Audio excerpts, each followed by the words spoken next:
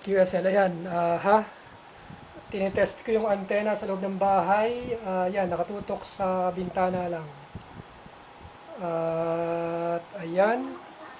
Medyo mataas pa ang aking SWR pero ano lang to, okay lang to.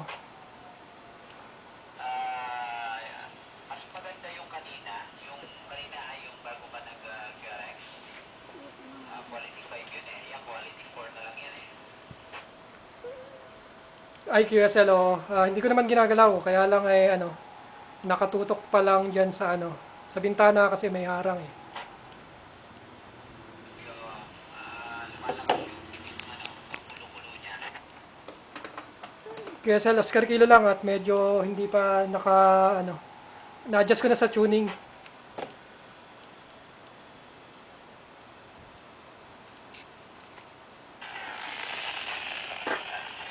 Nailabas na yan eh. QSL, ayun. At minomonitor kita rin sa isang radyo eh. Hindi ba ako nakukompute pagka naka-low power eh? Pagka QR pa pa? QSL, kasi nasa loob ng bahay yung antena. Ito, binibidyohan ko, ayan. Nakakabit. Using 10 watts ako ngayon. Yan. Ayan siya, ang kabit natin sa antena. Na nag-4x0, palagay ko pagka lumalakas yung audio mo, gumaganda yung quality. Kanina medyo mahina eh, kaya parang nag-advise ako ng quality 3 to quality 4 ka ako. Pero ngayon lumakas yung audio mo, ay naka-quality 4 tayo. QSL, okay lang at nasa loob naman ng bahay yung antena, naka-tripod. Yan. Mamaya ipopost ko sa Facebook.